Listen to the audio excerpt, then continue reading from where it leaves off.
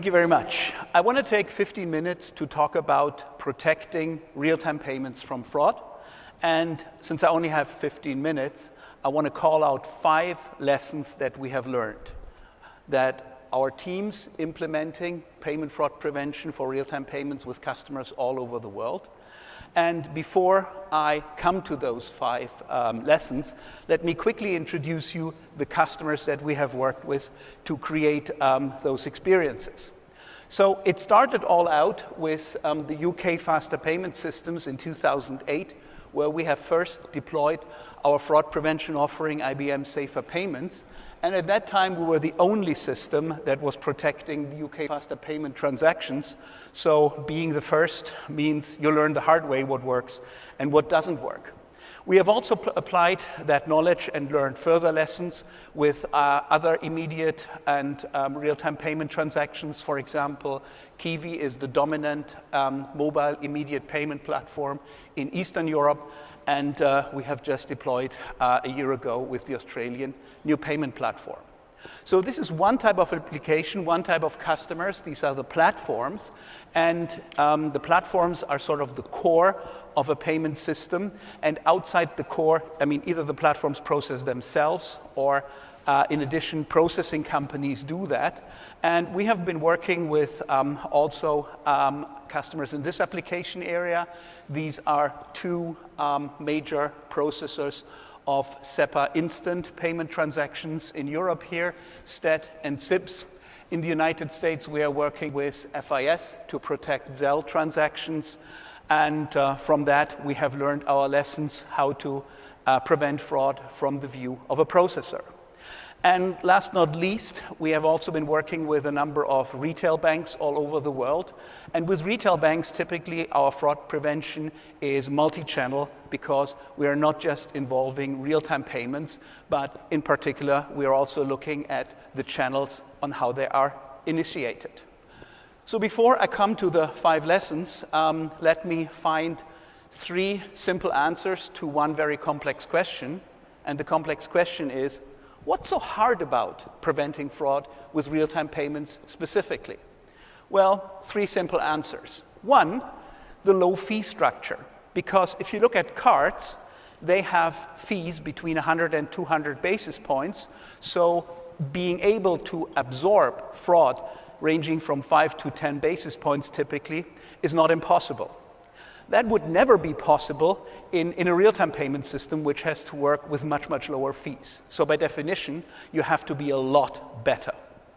Also, at the same time, real-time payment transactions, even if the ISO 20022 format will deliver you lots of data fields, it doesn't really tell you what type of a transaction it is, unlike, for example, cards, where you have the merchant category code that tells you it's an ATM withdrawal, it's gas station or travel mobility or restaurants.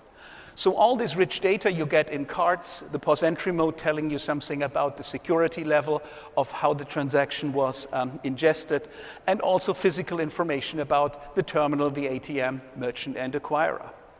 But in my mind, or my experience, the hardest part is that you inherit the complexity of a peer-to-peer network. Because the card space, by comparison, is relatively easy. You have the issuing side and the merchant side, and basically, for practical purposes, money only goes one way. So it is very difficult for a criminal to hide the true nature of originator and beneficiary. In a peer-to-peer network, this is more complex, and when you have an originator and a beneficiary, a clever criminal can split up transactions and route them through different passes to the target. That technique is known as structuring and smurfing, and many criminals use this to disguise money laundering activities. And what our customers have experienced is that, especially when they're attacked by organized crime, which is organizations that are not after the 10,000s, which are after the millions, then they also have the challenge of disguising the true flow of money. So in a real-time payment network, which is peer-to-peer, the topology of the network allows them to do that. Okay, but now let me talk about the 5 lessons we have learned on what is working well to protect real-time payments. So the first one we call peer profiling, and it's an abbreviation for profiling behavior, historical behavior of originators and beneficiaries in a peer-to-peer network. So what we do is, when we have a current transaction where there's one originator and one beneficiary, then we go into the past, profiling the behavior of the current originator as an originator in other transactions, as much as in this one, and the beneficiary of this transaction also in his role as a beneficiary of other transactions. But we don't stop there. We also profile the current originator in his past role as a recipient of funds, as a beneficiary, and the current beneficiary as a sender of funds, as an originator. And that now allows us to reconstruct in real time the true flow of money. And if you're not able to reconstruct the true flow of money in real time, you will not be able to fight against any criminal activity which disguises these factors. What it also does is it allows you to understand any kind of mule account type behavior. In other words, when you see that mostly funds that come into an account are moved out within certain time intervals, again, these are very good indicators for fraudulent behavior. Number 2, cross-channel profiling. So the history in our industry is that we use separate fraud prevention systems in the various payment instruments. So we have a siloed architecture, and therefore we don't really are protected against certain types of fraud. So what some of our customers are seeing is, especially when they're attacked by organized crime, then that they don't use the same channel to funnel the money out of the bank as they use to attack. So only if you're able to follow the flow of the money throughout the various channels, you will be able to defend against that type of fraud. So what you need is, you need a 360-degree view of your customer's behavior. So you have to ingest all the transaction data and the non-financial data in one system to profile a full customer's behavior in real time. You also need to be able to follow the true flow of the money to identify certain fraud patterns. And it's not just to increase the performance of your fraud prevention, it is also to do what's very important, which is to deliver frictionless payments. And frictionless payments means the reduction of false alerts. Let me give you an example. Assume you are a Canadian bank and you have a customer with a Canadian address. So now you see that this customer is initiating an online banking transaction, moving money to, in a real-time payment to a beneficiary account in Malaysia using a Malaysian IP address. So who of you would authorize that transaction? Thank you, nobody. Nobody would authorize that transaction. It's high risk by definition. You would decline it. However, assume you are in a cross-channel profiling situation and you would be able to see that a few weeks ago, that customer has purchased an airline ticket with a price that wouldn't be a domestic or inter-American flight. It would be something international. Then you also find ATM withdrawals from Malaysian ATM. On the debit card, you find taxi invoices from Malaysia, acquired in Malaysia, restaurant bills. So this is almost impossible to fake. So you can be almost certain that this customer legitimately is in Malaysia. So now all of a sudden, the Malaysian IP address and the Malaysian beneficiary is not weird anymore, and you would probably authorize that transaction. And in this case, you would have avoided a false alert. And whenever you talk about customer satisfaction in banking, there is no easier way to not satisfy a customer than to decline a legitimate transaction. Number 3, additional data sources. Now, which additional data sources are useful depends very much on the application area. So this is different on whether you are a platform, a processor, or a retail bank. So let me use the example of a retail bank, because here very frequently we combine, or the data source we use mostly is the one from the direct channels. Because for most of our customers, the major channel from which real-time payments are initiated is the direct channel.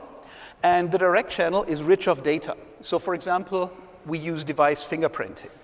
If we use device fingerprinting and can you securely record which devices, for example, I am using to do financial transactions, and then we record that I've been using this device many times in the past, over the past 6 months, doing substantial financial transaction on it, nothing was ever reported as fraud, so it is very likely that this is my legitimate device. So certain fraud patterns are very unlikely to occur. So we find low-risk indicators. At the same time, we also use device identification to get high-risk indicators, for example, by device profiling. So if we find a device that has never been used before, and now all of a sudden you find that device being used with 12 otherwise unrelated accounts, then that's a high-risk indicator as it cannot be get better. So this is one example on how we use additional data sources. In online banking, we also use biometrics similarly to not identify devices, but the people using those devices. Lesson number 4, join the data science revolution. I think we all see with awe what immense progress is currently made in machine learning and artificial intelligence. And payment fraud prevention is a very natural application for machine learning, and it has been used there since a long time.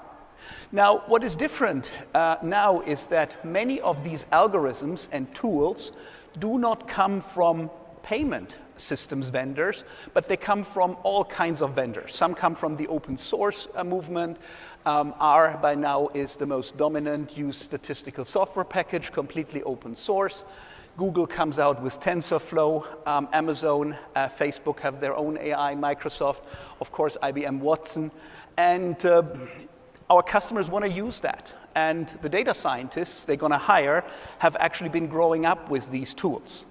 And the problem now is that none of these tools has been made with the purpose to be used in payments processing. In other words, processing tens of thousands of transactions per second in 24/7 with typically 5.9 availability, because there was never the purpose for these kinds of tools. So we have, as IBM, we thought about how we can help our customers here, and what we have done is we have opened our payment fraud prevention platform so that we can ingest all the models that these tools are generating as a model, not as a code, not as an algorithm. So the benefit is we can take all the creativity that comes from these tools and techniques, but we run it inside a bulletproof environment with the performance and with the resilience it needs. And that is important for our customers that have to make a decision for a fraud prevention platform that they're going to be used for 10 years or longer, even though it may be that in 3 years, that whatever defends them against payment fraud in 3 years will be a technology and an open source tool that nobody knows of today.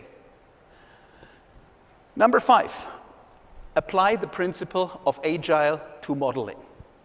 Now, what I mean with that, frequently I talk to data scientists that come new in the area of payment fraud prevention. And I'm explaining them how different this application area is. Because if you use data science to compute the probability of a volcano to erupt, then the volcano is not actively hiding its intentions. And that is different in the payment fraud prevention space, because here you have a real opponent. You have a criminal on the other side which is doing everything to hide its true intentions. And not just that, it's also a highly dynamic situation. So if you are very successful, let's say you create a fraud prevention model that captures 90% of the fraud with a very high accuracy. As soon as you deploy this model in your processing, there's somebody on the other side, a criminal, who's losing 90% of his revenue. And guess what? This guy will get very creative on working around your fraud defenses. So you have to be prepared as a data scientist that you constantly have to adapt your models and your fraud prevention strategy, because you have a very live opponent that is constantly working on fighting your efforts in preventing fraud. Okay, these are the 5 lessons that I wanted to talk to you about. And my colleagues thought that if I try to talk about these 5 lessons in 15 minutes, I will raise more questions than I answer. So they have given me a Q&A session at 5:10 at our booth with cocktails. So see you there. Thank you.